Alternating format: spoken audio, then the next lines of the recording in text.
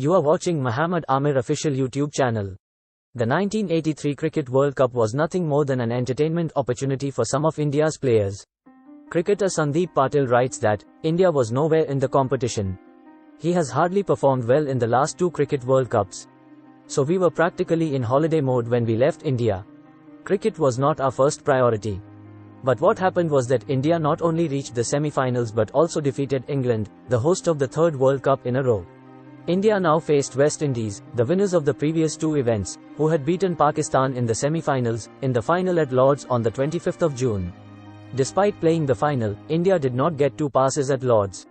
Cricket historian Kush Singh writes that former Indian Education Minister Siddharth Shankar Ray was in England on a private visit those days. When India reached the final, he expressed his desire to watch the match to the President of the Indian Cricket Board, BCCI, NKP Sav. Sav requested the English Cricket Board, MCC, to get two tickets. Go India was playing the final but the request was turned down, saying that the MCC members have the first right at Lord's and the Indian Cricket Board cannot be given extra tickets. Sav got very angry about this, and in this matter he also got the support of Pakistan Cricket Board, PCB, Chairman Air Chief Marshal Noor Khan.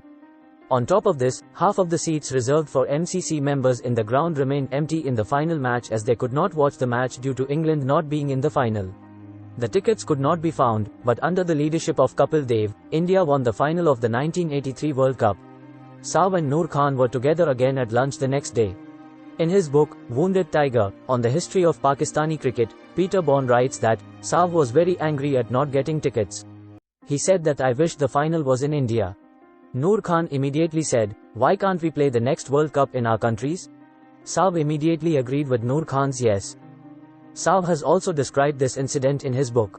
Auburn writes that, first both had to convince their respective governments.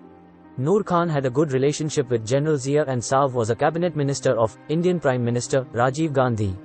In the same year 1983, Noor Khan helped organize the first Asian Cricket Conference where the proposal was made, and India, Pakistan and Sri Lanka strongly welcomed the proposal to host the World Cup in South Asia.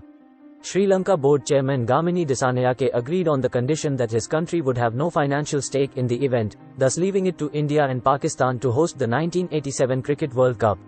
Realize the shared dream of hosting. According to Auburn, Sav and Noor Khan formed the Asian Cricket Council. It was also supported by Sri Lanka, which was given the status of a fresh test-playing nation. Bangladesh, Malaysia and Singapore were the other founding members and Sav became its first president. Thus, a new voting bloc was added in world cricket. A formal proposal was drafted. On the other hand, the ICC used legal objections against the proposal to host the World Cup to another country. India and Pakistan expected it. The structure of cricket was very different in those days. Kush Singh writes that, the head of the English Cricket Board would automatically become the head of the ICC. England and Australia had veto power. This meant that the Asian bloc's proposals could be rejected by the MCC without explanation. Noor Khan proposed the formation of an India-Pakistan Joint Management Committee and asked NKP Sav to head it while Bindra became its secretary. An informal joint committee was formed and cricket administrator Jagmohan Dalmia wrote in his proposal to the ICC that the hosting of the World Cup should be rotated around the world and that after 1987 Australia should be given the right to host the Cup in 1992. And so the first crack was born. Australian Cricket Board, ACB, Chairman Fred Bennett assured the cricket boards of Pakistan and India that Australia would vote in favour of their proposal in a secret ballot. Bennett assured that he would not veto the proposal. Total votes in ICC were 37. The 8 test-playing nations had 16 votes each, and the remaining votes belonged to the associate nations. England used to give only 40% of ICC resources to associate countries. The IPJMC offered the associate countries 4 times the revenue that England was giving them. He then offered test-playing nations 5 times more income than England was giving till then. Naseem Hassan Shah stood on the table and raised both hands and voted. The IPJMC won the voting 16-12 but England objected.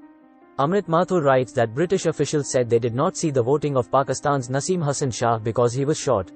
Naseem Hassan Shah later became the Chief Justice of Pakistan and Chairman of the Cricket Board. Justice Shah got angry at this and stood on the table with both hands raised in the air during the recount. Arrangement of money. Offered to sponsor the World Cup. The then Prime Minister of India, Rajiv Gandhi, did not like this. Gandhi directed his then Finance Minister, and later political rival, VP Singh to release the required amount to the BCCI. An alternative title sponsor was now sought. Sav and Bandra held talks with businessmen across the country, after which they settled on the name of textile tycoon Dhirubhai Ambani.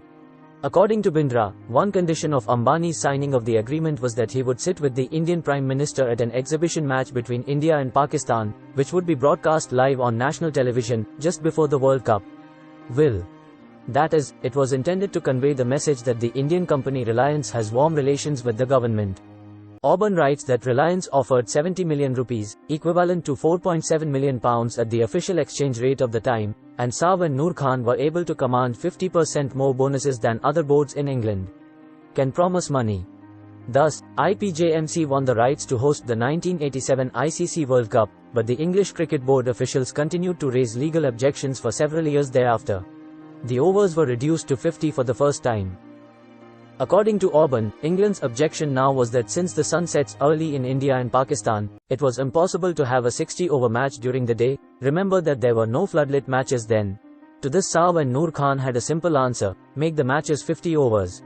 The next doubt from England was about the ability to broadcast, but the ICC was assured to remove this objection as well. According to Mathur, Sav and Bandra also had to deal with national broadcaster Doordarshan demanding money from the hosts for coverage of the World Cup and asked Rajiv Gandhi to address the issue. On the other hand, PTV was covering this event in Pakistan. To ensure quality coverage, Keith Mackenzie, a BBC specialist, was hired to head production and oversee the technical aspects of the broadcast. Despite these precautions, sometimes things would go wrong. The next objection was about the teams travelling from one place to another in India and Pakistan. The reason was that in England it was not very difficult to travel from one place to another, but Pakistan and India are two huge countries. In response, civil aviation officials announced that they would adjust their flight schedules to accommodate the World Cup schedule. All told, in late 1986, military tensions began to rise along the border between India and Pakistan. On this, England and Australia immediately raised the issue of security concerns of the teams. Mathur writes that at the World Cup meeting held in Murree outside Islamabad, Pakistan's military ruler General Zia-ul-Haq blamed the Indian army for the tension. Bindra, who, like Zia, belonged to the Punjab city of Jalandhar, advised General Zia to visit India to break the deadlock. Bandra recalls that Zia asked him, "Will the Prime Minister of India invite me?" Bindra's reply was, "It doesn't matter, you just come." Zia agreed, and in February 1987, 8 months before the World Cup, he went to Jaipur to watch the test between Pakistan and India. Since then, tensions have eased and fears of a lack of cooperation between India and Pakistan have been removed. According to Kush Singh, the message to the rest of the cricketing world was clear, and when it came to hosting the 1987 ICC World Cup, India and Pakistan were one. India and Pakistan did not win this World Cup, but these two countries had given the world of cricket an invincible dimension.